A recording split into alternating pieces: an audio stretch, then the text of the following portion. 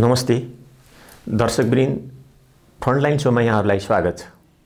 Frontline show खास गरी समसामयिक विषयहरूमा अन्तरङ्ग कुराकानी गर्ने एउटा कार्यक्रम हो। आज यो कार्यक्रममा हामीसँग कर्पोरेट दुनियाँका उदयमान हस्ती पवन पोखरेल हुनुहुन्छ र उहाँ देश विदेशमा गरी जस्तो सिङ्गापुर, इटली र चाइनामा चाहिँ 2 दशक जस्तो बिताउनु भएका र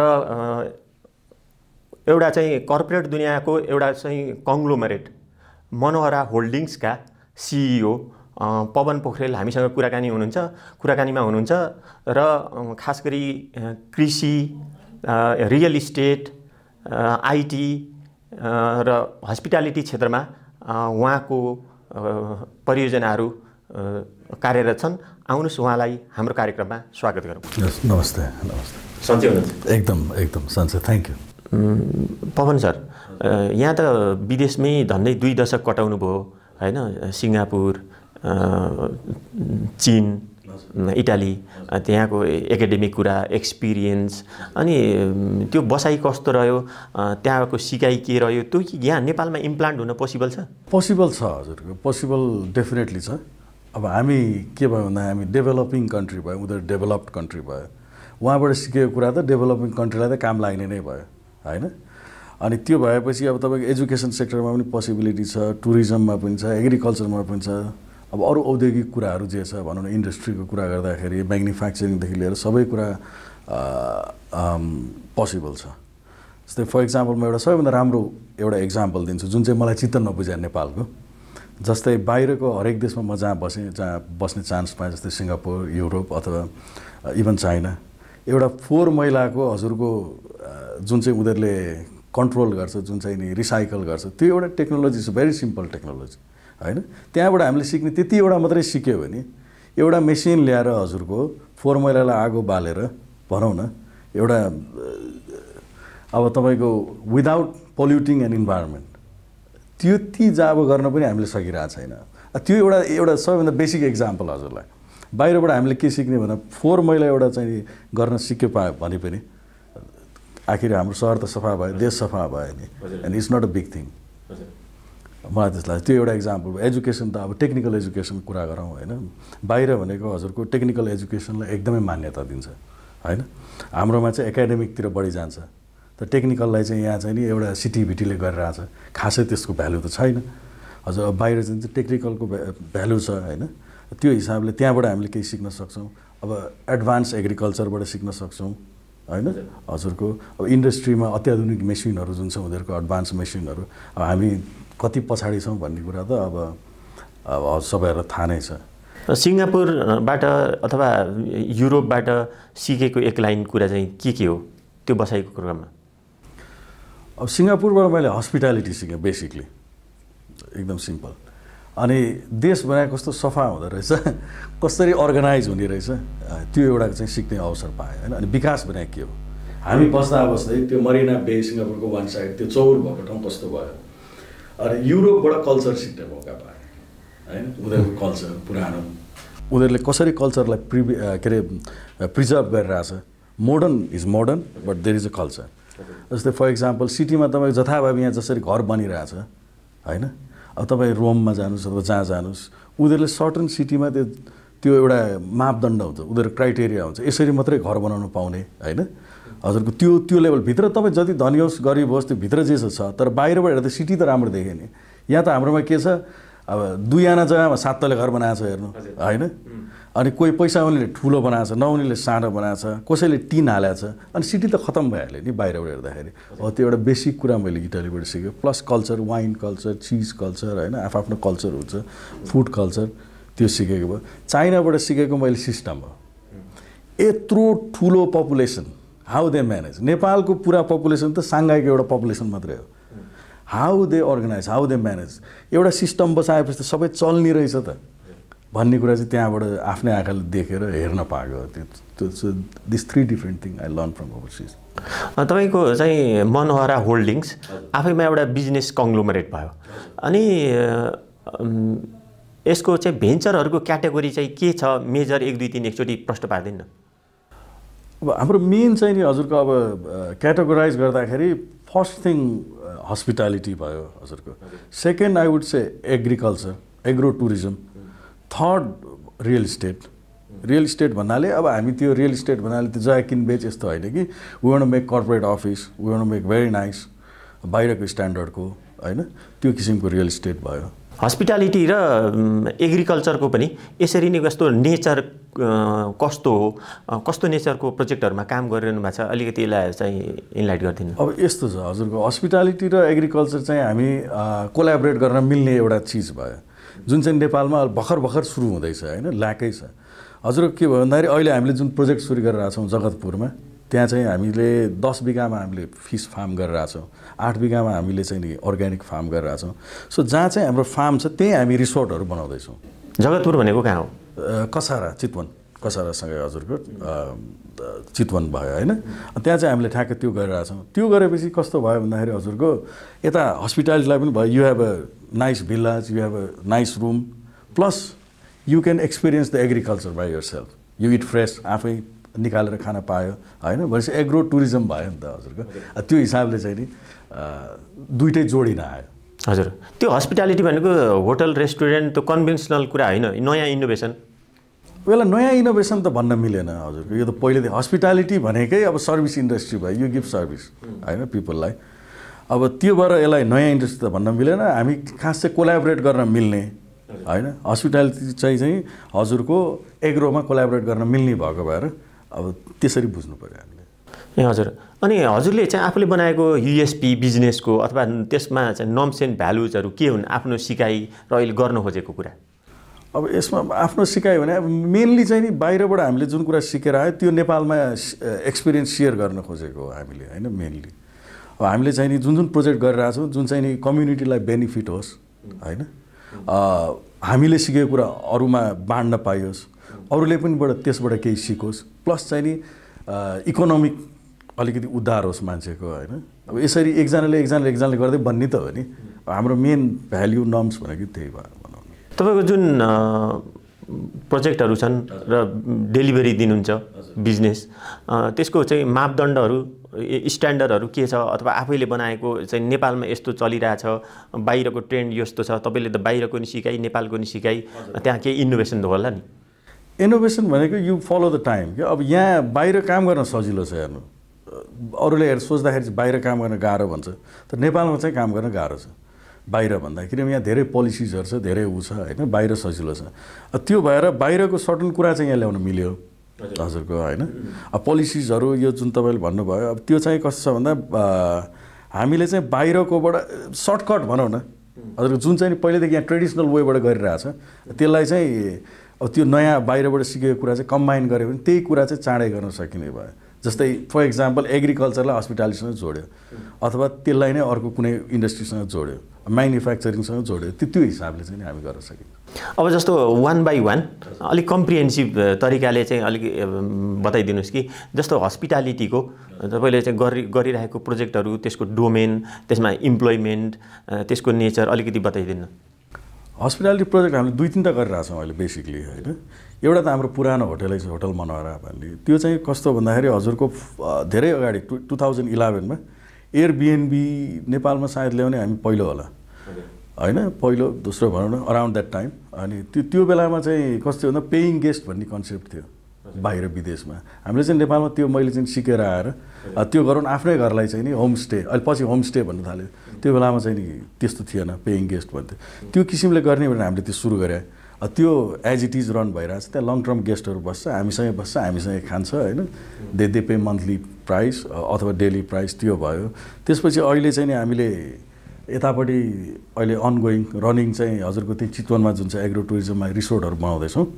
त्यो रिसोर्टहरू चाहिँ कस्तो हुन्छ भन्दाखेरि हामी फरेनरलाई भन्दा लोकललाई टार्गेट गरेर, जो चाहिँ फ्यामिलीहरू छ, जो बच्चाहरू लिएर त्यहाँ गएर बस्ने होइन, हजुरको वे अब भिल्लास, त्यो भिल्लामै गएर बस्ने त्यो किसिमले गर्दैछौँ hospitality. Domestic, our target is domestic, जो चाहिँ फ्यामिली बच्चासहितहरू लिएर गयो। अहिले त सिटीको बच्चाहरूलाई त एग्रो त केही पनि थाहा छैन होइन, so we want to teach them होइन। त्यो अब जे हामीले उत्पादन गर्छौँ त्यहाँ त्यो यसरी फल्ने रहेछ, यस्तो हुने रहेछ, भनेर चाहिँ नि हामीले त्यो गर्न खोजिरहेछौँ। त्यो जगतपुरमा भयो। अनि अब थर्ड प्रोजेक्ट चाहिँ हाम्रो यहाँ नगरकोटमा होला जस्तो छ, त्यो चाहिँ अनगोइङ अहिले टक्समा छ। तपाईँको अनुभवमा चाहिँ यो एग्रो टुरिज्म नेपालमा एउटा प्रोडक्टको रूपमा इस्टाब्लिस भइसकेको छ कि अवेरनेसको क्रममा छ कि तपाईँलाई के लाग्छ त्यो अपरेट गरिसकेपछि अनुभव होला नि? यो चाहिँ कस्तो छ भन्दाखेरि एकदम अवेरनेसकै लेभलमा छ। अब त्यो भन्दाखेरि कतिपय ठाउँमा सुरु पनि भइसक्यो, कहीँ तामाङ गाउँहरू छ, पुरा त्यो गाउँ नै होमस्टे गरिरहेछ होइन। त्यो भने चाहिँ नि तपाईँको अब बिस्तारै बिस्तारै मान्छेलाई थाहा हुँदैछ। त्यही भएर यो चाहिँ नि अहिले अवेरनेसकै काम के अरे क्रममा छ। तर लङ टर्म हेर्दाखेरि हाम्रो जस्तो जुन एग्रिकल्चर बेस्ड कन्ट्री छ जुन चाहिँ नि होइन, अनि टुरिज्म बेस्ड छ, यो चाहिँ सबैभन्दा मैले फ्युचर भएको देख्छु क्या। किनभने बाहिरको मान्छेलाई त यो त नयाँ कुरा भयो नि त। अब मगर गाउँमा गयो, मगरको के अरे सभ्यता कल्चर यो त्यो देखाउनलाई त्यो गाउँ नैलाई बनाउन मिल्यो। थारू छ, अहिले धेरैले गरिरहनु भएको छ नि त्यस्तो। आखिर लङ टर्ममा I think this is a very sustainable business. अनि यो रियल इस्टेट तपाईँले जुन गरिरहनु भएको छ, रियल इस्टेट भन्नाले एक किसिमको बुझाइ छ, त्यो चाहिँ कस्तो नेचरको काम गरिरहनु भएको छ? हामीले अहिले गरेर चाहिँ हजुरको कर्पोरेट लेभलको अफिस बिल्डिङहरू बनाउँदैछौँ होइन। कर्पोरेट लेभल अब यहाँ कस्तो भन्दा बिल्डिङ बनाउने भनेपछि बिल्डिङ बनायो एज इट इज अनि छोडिदियो होइन, त्यो सिद्धियो। तर बिल्डिङभित्र पनि कस्तो हुन्छ, बाहिरतिरको अब सिकेको कुरा गर्ने त हो नि। जस्तै फर इक्जाम्पल कर्पोरेट अफिसहरूमा पनि यो अब सेन्ट्रल रिसेप्सन, सेन्ट्रल हाउसकिपिङ होइन, हजुरको फुल म्यानेजमेन्ट हामीले गर्ने। So you can share your office, you can buy a table in our building होइन। त्यो किसिमले कर्पोरेट त्यो बाहिरको जुन स्टाइल छ त्यो किसिमको अफिस बिल्डिङहरू हामी बनाउन खोजिरहेछौँ।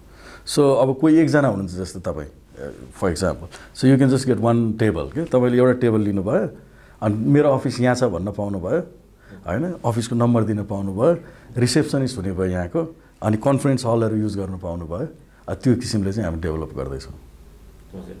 अनि रियल इस्टेटमा यस्तो किसिमको अफिस हामी 2-3टा बनाउन खोजिरहेछौँ। अहिले कमल पोखरीमा काम भइरहेछ, अब छिट्टै नै अरूतिर पनि एक्सपान्सन गर्छौँ। अनि यो त्यसपछि यो 3वटा प्रोजेक्ट बाहेक आइटी र लगायतका अरू विषयहरूमा नि केही प्रकाश पारिदिन मिल्छ? आइटीमा चाहिँ हामीले के भाइहरूसँग अब जुन चाहिँ हाम्रो बेसिक आइटी मात्रै गरिरहेछौँ, धेरै त होइन। जस्तै प्रोग्रामिङ डिजाइनिङ भयो, अनि हामीसँग इन्जिनियर भाइहरू पनि छ होइन। सो मेनली चाहिँ नि आइटीमा अहिले त्यति धेरै लागिसकेको छैन, तर हामी स्टार्टअप चाहिँ गर्दैछौँ आइटीमा। अनि यति सबै प्रोजेक्टहरू गरिरहँदाखेरि त कोअर्डिनेसनहरूको चाहिँ समस्या हुने, अनि मान्छेहरू नेपालीहरूको नेचर अकाउन्टेबल छ कि छैन, ती सबै कुराहरूले अलि जटिलता हुन्न? जटिलता त हुन्छ हजुरको, जटिलता हुन्छ, हुन्न भन्दिनँ म। तर it's all about team work. अब टिमलाई चाहिँ हजुरले राम्रोसँग सेलेक्ट गर्नु पऱ्यो, सबलाई इक्वली रेस्पोन्सिबिलिटी दिनु पऱ्यो। कुन डिपार्टमेन्ट कुन कसले हेर्ने होइन, हजुरको त्यसरी चाहिँ प्लान गऱ्यो भने मलाई त्यति गाह्रो होला जस्तो लाग्दैन। अनि इन्भेस्टमेन्टप्रतिको दृष्टिकोण चाहिँ यहाँको के हो? कसरी त्यसलाई अगाडि बढाउनुहुन्छ? यसको चाहिँ अन्तिम लक्ष्य के हो? अनि यसमा मान्छेहरूको पार्टिसिपेसनको कुराहरू, यसमा चार्म डेभलप गर्ने कुराहरूमा यहाँहरूको चाहिँ यहाँको दृष्टिकोण के छ? अब यस्तो छ हजुरको, इन्भेस्टमेन्टको कुरा गर्दाखेरि अब आफूसँग भएको मात्रै इन्भेस्ट गरेर त कति नै इन्भेस्ट गर्न सक्ने, कुन मात्रै सेक्टरमा गर्न सक्ने त्यो हुँदैन। इन्भेस्टमेन्टले जुन तपाईँले अरूलाई एट्र्याक्ट गराउने भन्नुभयो भने त्यो चाहिँ प्रोजेक्ट बेसमा हुने भयो। त्यो भनेको हामीले नलेज सेयरिङ गर्नु पऱ्यो, हामीले यस्तो प्रोजेक्ट गर्दैछौँ, यस्तो गर्दैछौँ भने हामीले कलेक्ट गर्नु पऱ्यो होइन। त्यो भएपछि त्यसमा चाहिँ अब राम्रो प्रोजेक्ट गऱ्यो भने I don't think so it's hard to get a investor होइन। अब इभन बाहिरको इन्भेस्टरलाई पनि हामीले राम्रोसँग प्रोजेक्ट देखायो, ल यसको फ्युचर यो छ, यसको रिटर्न यस्तो छ, त्यो भएपछि त इन्भेस्टमेन्टको लागि मलाई त्यति गाह्रो छ जस्तो लाग्दैन। त्यही भएर प्रोजेक्टमै डिपेन्ड गर्छ। अनि आम नेपालीहरूको चाहिँ नेचर, एटिट्युड, अनि ब्युरोक्रेसीको कुरा, अनि सरकारको आफ्नै पोलिसीका प्रति चाहिँ यहाँको दृष्टिकोण के छ? अब त्यसमा चाहिँ मेरो दृष्टि भन्नुहुन्छ भने अब कस्तो छ भन्ने, अब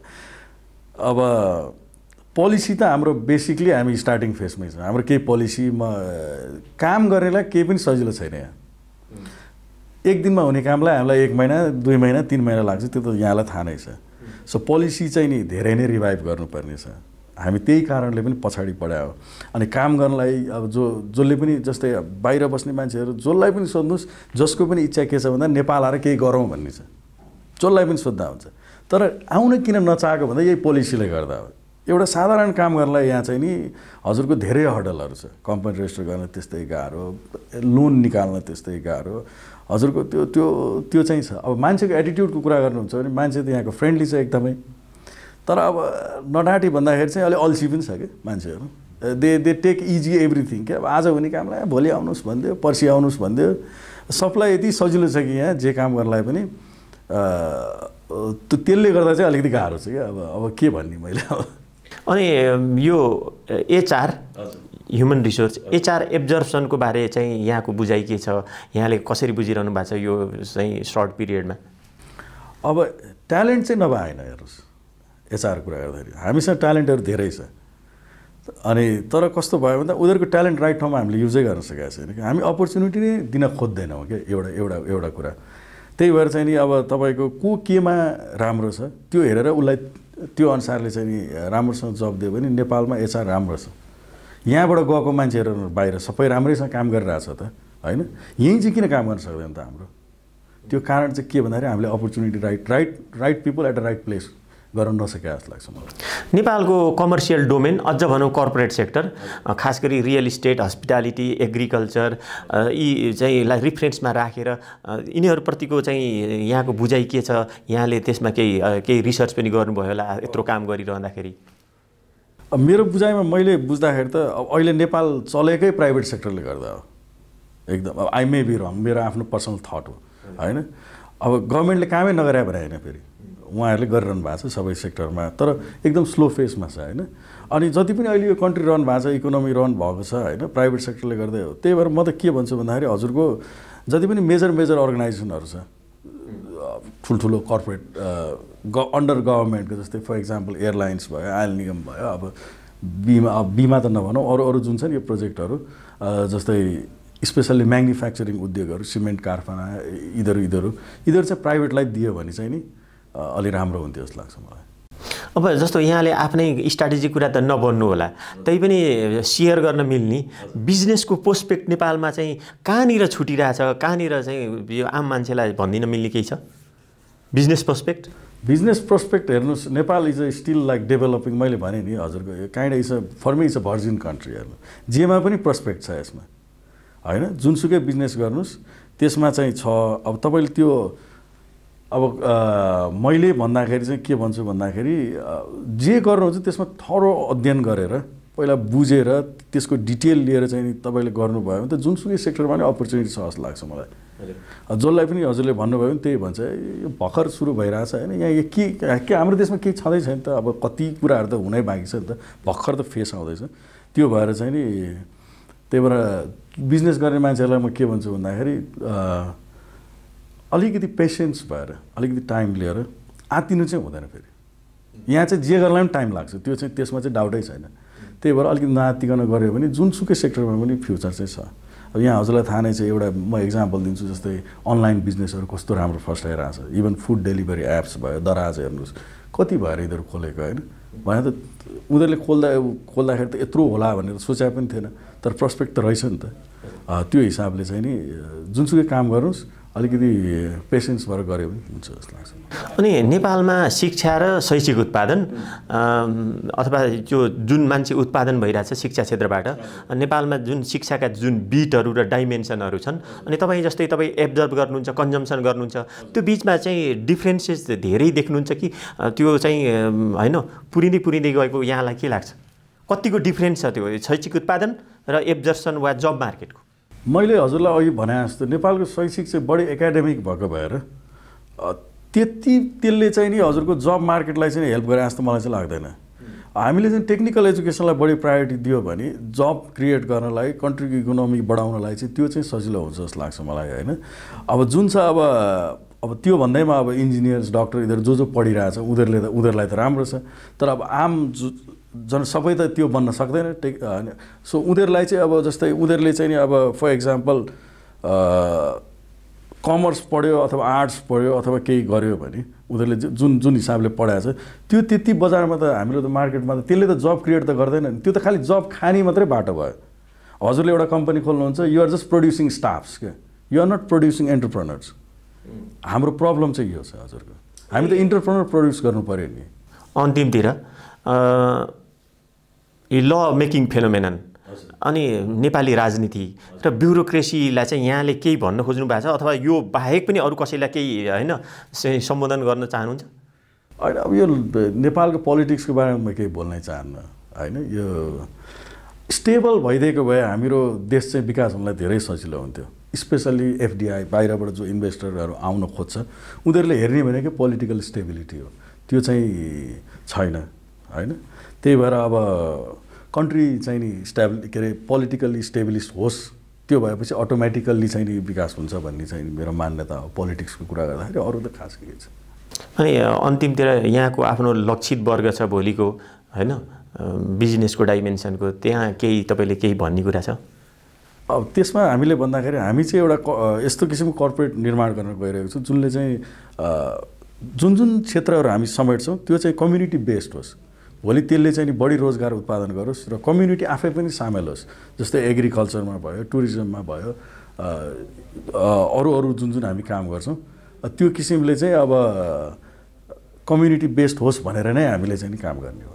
धन्यवाद यहाँले यसरी समय दिनुभएकोमा होइन, हाम्रो सर्ट नोटिसमा पनि यहाँ चाहिँ आइदिनु भएकोमा हामीले यहाँलाई धन्यवाद दिन्छौँ। धन्यवाद, थ्याङ्क यू। दर्शकवृन्द, आजको निर्धारित समय सकिएको छ।